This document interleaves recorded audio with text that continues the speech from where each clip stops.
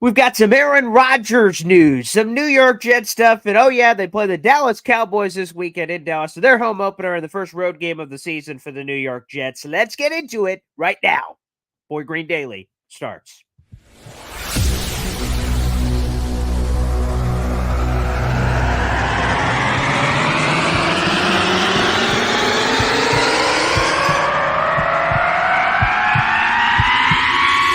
Zoinks!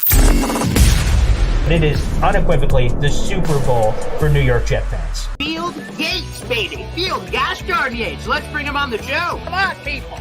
Connor Rodgers is joining the show. What's up, Connor? But Trevor gosh darn Sycamore, baby. For me, personally, my favorite New York Jet of all time. Wow, it's great to be on. What an intro that was right there. Paul, nobody does an intro like you, man. Paul, you give the best intro of literally any podcast that I've ever been.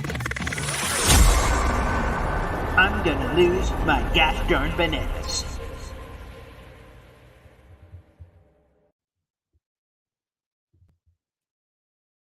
What's poppin', everybody? My name is Paul Eston Jr., a.k.a. Boy Green of the New York Jets, digital reporter for Heavy.com. Good morning, wherever the hell you're watching. We are live every single day at 7:30 a.m. Yes, we are. And welcome to the show. This is a quick show, only 20 minutes, but we got a lot to get into, and we got a special guest. This guy joined me on my sports talk radio show a handful of weeks ago. Time to see his pretty face. We heard so much of the good pipes that we had to look at him in the morning, and here he is. Tom gosh darn Downey of so many wonderful things, covering all things Dallas Cowboys. What's up, Tom? Thanks, Paul. Appreciate that. No one ever calls me pretty, so thank you. Well, there you go. I wanted to start off your day just right. And hopefully we were able to do so. But I'm going to be honest, Tom. Me and my dad, every year, we do a Father's Day thing. Now, most people do it like on actual Father's Day. But this weird tradition me and my dad have had is, hey, we're going to celebrate it at a different point. We're going to pick some event, and we're going to go, and we're going to do it up. And this year, he's a diehard Dallas Cowboys fan, and I'm this crazy Jets bastard. And he's like, let's do it, baby. And I'm like, yes, AT&T, I've never been there in my life. Aaron Rodgers and Dak Prescott, this is going to be great. Let's do it. And then we got all the shish kebab and everything ready. Like I said, I fly on Friday. And I'm going to be honest. Here's what I did not have on the bingo card, Tom. Here's our poll of the day. Let's throw that up on the effing screen. Yeah, this is great. Yeah, here's the poll of the day for today's show, which, by the way, you guys can click and read wherever you're watching. Who is the wildest name you've heard floated as a potential replacement for Aaron Rodgers over the last couple of days? Here are some of the names that experts have thrown out there. Tom Brady, Ben Roethlisberger, Phillip Rivers, Blake Bortles, and I forgot one in the comments there, Colin Kaepernick. Wow. Tom, I got to just say is wow. I don't even know if that's a question or you have any response to that, but wow. Here we are, September 14th. I've got one more for you, but it does require a trigger warning for Jets fans. Boy. Just go trade for Sam Darnold. Oh, wow. That's another kidding one. On that one, to be fair. Kidding. You are kidding, but actually someone else did bring that one up as well as another NFL expert out there. And just think about this, the irony or whatever word you'd like to compare it to. The Jets trade Sam Darnold in the beginning of April of what would that be? 2021. 3 weeks later, they take Zach Wilson. 3 years later, hey, Darnold back? Like I'm just curious of that boardroom of like the meme where the guy says something and he throws him out the window. That's interesting. So here we are. These are the names. Although none of these names I imagine are coming in at all because Robert Saleh doubled down that Zach Wilson is his guy and they will be riding him out and he's their quarterback and this is his team and all that. So I would imagine that is at least through the bye, which is week 7. So he's the guy and his first start of the season. Checks notes against the Dallas Cowboys, who just beat the New York Giants 40-0. I'm curious, Tom, your Cowboys perspective. How are the Cowboys looking at this? Both initially, they have Aaron Rodgers to play, and Aaron Rodgers has had the Cowboys number. I heard this from RJ Ochoa, who joined us earlier this week. I didn't know this, that Aaron Rodgers is undefeated in AT&T Stadium. I went, wow, I did not know that fun fact. And I imagine Zach Wilson is not since he's never played there. So how has the perspective changed from that, from the quarterback changing? I think pretty significantly, frankly. I think this game going into before the year, I had predicted Jets over Cowboys because it's Rodgers. He owns the Cowboys, just like he's part owner of the Chicago Bears. He's just had the Cowboys number the entire time he's been an NFL quarterback. And uh, it was, maybe some Mike McCarthy, Rodgers revenge games against each other. And now it's, defense plays out of their mind in the wet and the rain and in New York. And now it's Zach Wilson with the still kind of shaky Jets offensive line. And it's gone from, oh man, gotta play Rodgers. Can you get the win to, all right, 9.5-point favorites at home. That's exactly it. That's a good way to put it. By the way, because I do this for my sports talk radio show, I may have mentioned this on one of the shows earlier this week, but the line opened as Cowboys is a 3-point favorite. And for those who don't know the Vegas lines, typically a home team is getting 3, 2.5, which essentially said this was a pick'em on a neutral field between the New York Jets and Dallas Cowboys. And that thing blew up to 9.5 or 10, depending on your Vegas element of choice. Very interesting. And let me ask you this, Tom. Is the Cowboys defense – now, I've got, an inside knowledge of the Cowboys more than a normal opponent coming in because my dad's a diehard Cowboys fan. I've watched every Cowboys game for the last 30 years, so I probably already know the answer to this question, but nonetheless, I will ask it anyway, Tom. Is this defense as good as it showed against the Giants 40-0? They're probably not as good as 40-0, but expectations have always been this is a top-tier defense, whether you want to rank them 1 or 2 or 3. The defensive front is just incredible at generating pressure. They're not going to generate the level of pressure they did. It was something like 67% of the dropbacks from Daniel Jones. There was pressure on, just like an unbelievable, unsustainable number that's like impossible to stop. So I don't know how realistic it's going to be that continues, but it should still be a very good defense for the Dallas Cowboys against the Jets offense that I assume is going to try to run the football a ton. What is the blueprint so again, the Cowboys defense is nasty. Micah Parsons, you got Stephon Gilmore this year who looked really great in week 1, and obviously Trayvon Diggs speaks for himself, and there's a lot of other pieces on this team. If you were trying to do anything against this Cowboys defense, what is the blueprint? What's the best possible plan against this unit if there is one? Do not get into third down, especially third and long. I would assume it's going to be a heavy dosage of Breece Hall and Dalvin Cook. The Giants on the opening drive actually did run the ball really effectively. Saquon Barkley busted a couple of nice runs. They were in 3rd and 2. Then Andrew Thomas false starts, and then there's the bad snap, and then it's the block field goal, and then Giants go 3 and out. Now all of a sudden it's 16-0. So I think the Jets' plan is quick game on offense. I'll try some more of those cut blocks that Rodgers says he didn't like, but I think are very smart to utilize against guys like Micah Parsons. Keep his hands down. Don't let him just have a free rush, and a lot of running game as well, and try to avoid those third down situations where Dan Quinn loves to bring stunts. I'm sure you saw the one play where it was you got your defensive tackle Oso Odigizua lined up out as basically a 9 technique, and then Micah just runs as a kind of a stand-up defensive tackle inside linebacker blitz, and he gets double teamed, and Osa has a free rush. Like, there's going to be so much attention paid to Micah. If you can avoid those situations where you have to have a long developing plays, your offense isn't going to be in as terrifying as a spot. I know Micah Parsons is licking his chops at the Jets offensive line and Zach Wilson. How could he not be? But I think on the other side, I think a lot of members of the Jets defense are licking their chops when they look at Dak Prescott had 15 picks last year, and they just had 3 picks of Josh Allen, and a lot of people would say Josh Allen is a better quarterback than Dak Prescott, so they're going beep, boop, bop, pull out the calculators. What is this going to potentially mean? Because one way that you can help out a young quarterback is, of course, short fields, especially on the road in that kind of environment. He didn't have any of those against the Giants, not that he necessarily needed to do anything that would have put him in said position, but what's the thought on Dak Prescott and all the turnovers last year? I think more of a fluky season where if the receivers just catch the football, it's not nearly as bad. I don't remember the exact number from PFF, but I think their turnover-worthy plays of the interceptions, 7 of them were not turnover-worthy plays.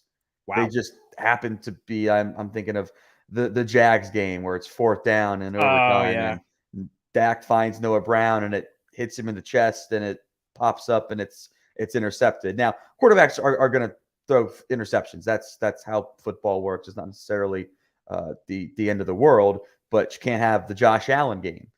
I did my preview on the Cowboys report on YouTube, and my number 3 was don't go full Josh Allen, and don't turn the football over 4 times. Like, I was very impressed by how hard the Jets fought in that football game, but I also think it's fair to say if Josh Allen just like doesn't play so recklessly, which is kind of his thing, he only knows one speed, it's go.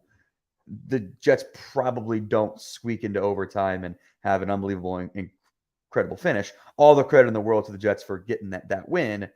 But I do think the Cowboys' philosophy on offense is, hey, let's just not turn it over 4 times.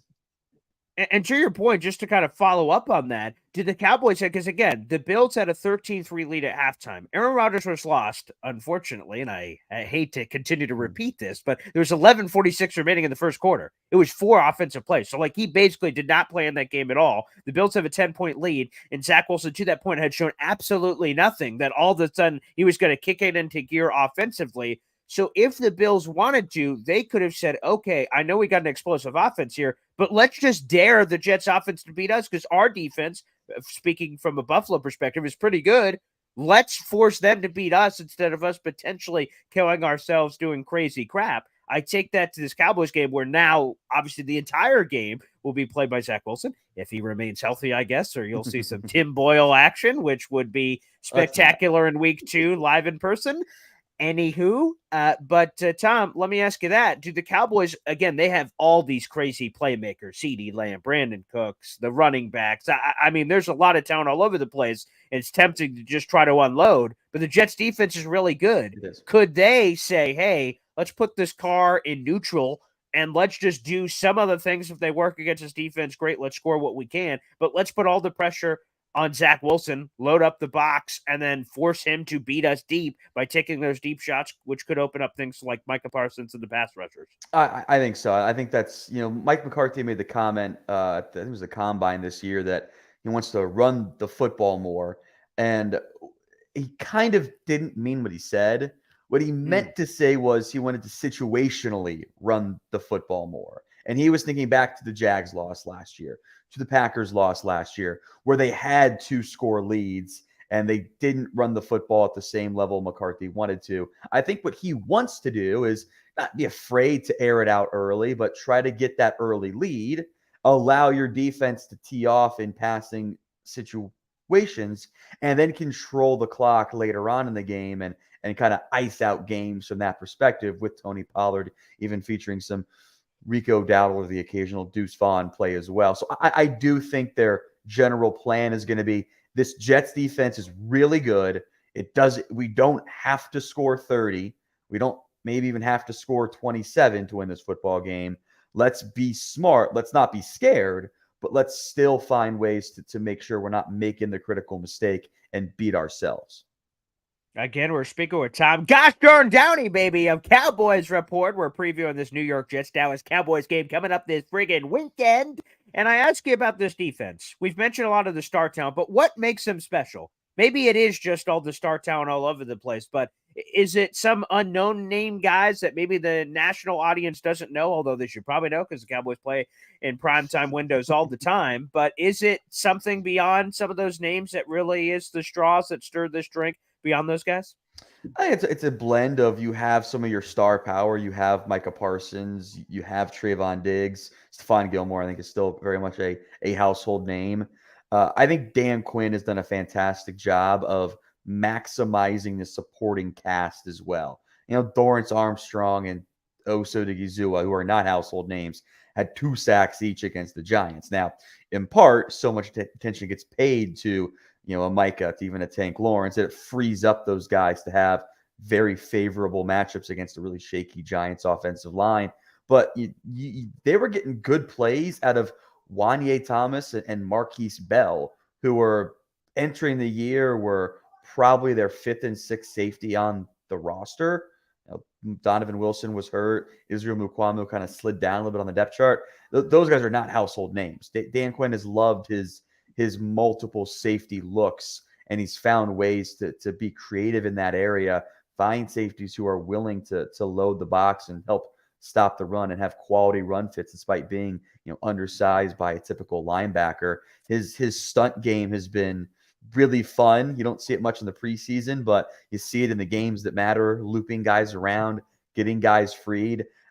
I think Dan Quinn has been a very stabilizing presence. And historically speaking, defense can be a little fluky from year to year. Yeah, you can have much turnovers or whatever. The really good defenses, the great defenses tend to stay at that high level. I think the Niners have done that. I think the Jets have done that.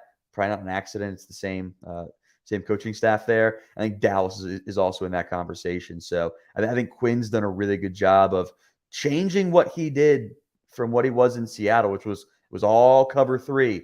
He does not play much cover 3 anymore.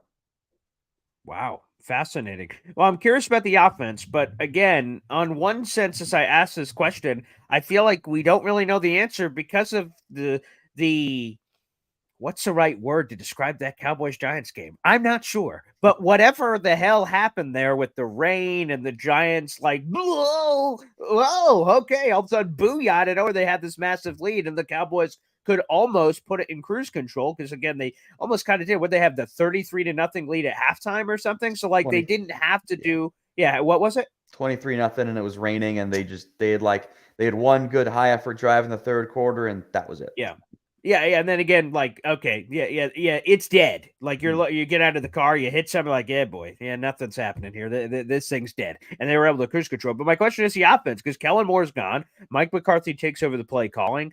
What is different about the Cowboys' offense, or do we still not know because of a weird limited sample size of Week 1? Yeah, I think it's really more of a I don't know yet type of deal because we didn't really see the offense. Like they were up 16-0. Or his name maybe was 19-0, something like that. By the time they had their second touch on offense, like it was 16-0. So it was like, okay, well this is all right. Well, we already have a 2-score lead and rain with the opposing offense doing nothing. So we saw a little bit of glimpses of it. You saw a lot more quick game, but I also don't know if that was because left guard Tyler Smith was out, because the Giants had a good front, because they've historically liked to blitz. They didn't blitz as much against Prescott, which is typically what Martindale does against him. I didn't know, not just the offensive line, was the weather was really bad in that game. So I don't know really what that offense is going to be in what I'll call a normal game. I don't know if this is going to be a normal game necessarily either. I think it'll be, the one big thing I know is that the Cowboys last year, they loved their comeback routes. They loved hitches, and it was not a good play, especially with Michael Gallup was not right last year. And he has since come out and admitted it and saying that he didn't have confidence in that knee that he tore the year before. So he would be slow to come out of breaks and would not go fight for the football. And when you're throwing comeback routes with no double moves off of it, corners are sitting on it, you got to go fight forward or bad things are going to happen. The comeback route is basically out of the offense to a certain extent. The West Coast staple of slant flat is going to replace it. I think you probably see more of that against the Jets. Are you, as a Cowboys guy, at all concerned about the Jets defense? Oh, yeah. That Jets defense is fantastic. I think if you're power ranking the defenses in the NFL, especially based on what we saw Week 1, Jets have to be somewhere in the top 5, if not even higher. And I remember last year that Jets defense almost carried New York to the playoffs with a rotating crop of sometimes corpses at quarterback. So Jets win this football game, it's because they ran the football well and their defense continues to look like a top 3 NFL team. So you believe that the Jets potentially winning is within the realm of possibilities? Oh yeah, absolutely. It's okay. Football. Yeah, it happens. Yeah, it's funny because RJ, because I'm about to ask you your prediction. RJ, at the end of our interview, I'm like, prediction. He's like hemming and hawing about like how he wants to say it. He's like, well, obviously I'm picking the Cowboys, but and I just laugh. It was just so funny. But like again, Cowboys should be coming in with this level of confidence and the obvious change at quarterback, which is a clear from Pro Football Hall of Famer to the guy who was 33rd in the league last year, and there's only 32 teams. So, like, I do the math. But no, I thought that was funny. So, Tom, we'll end it there. What is your prediction for this contest that I will be live at coming up on Sunday? Yeah, I've got the Cowboys winning 24-10. I think it'll be kind of I think it will be close for the first half. I think the Jets are going to really try to control the ball as much as possible, do some quick game stuff for Zach Wilson. But I think the unfortunate downgrade of going from Rodgers to Wilson is going to be a little bit too much for this week against this defense for New York. So I do have Dallas coming out on top. Again, fair enough. That will be the Cowboys home opener in the first road game of the season for the Jets. They've got the New England Patriots next week at home, which should be interesting. Tom, as always, I appreciate all the ways we can communicate. We got to find a third one now. Smoke signal, pigeon carrier, perhaps, after doing the radio, now the visual. We just got to keep things fresh in this relationship. I think that's important, according to my marriage counselor. Yeah. I appreciate So we will do that, my friend. Well, Tom, thanks, sir. Thanks for hopping on, brother, and enjoy the Jets-Cowboys game this weekend if we don't chat until we get there. So have a good one, man. I appreciate it. Sounds good. There he is, Tom Downey of Cowboys Report. Make sure you guys check out his stuff leading into the game to get the perspective from the other side of the coin. Thanks, everybody, for tuning in. We'll see you tomorrow morning live at 7:30 for Boy Green Daily.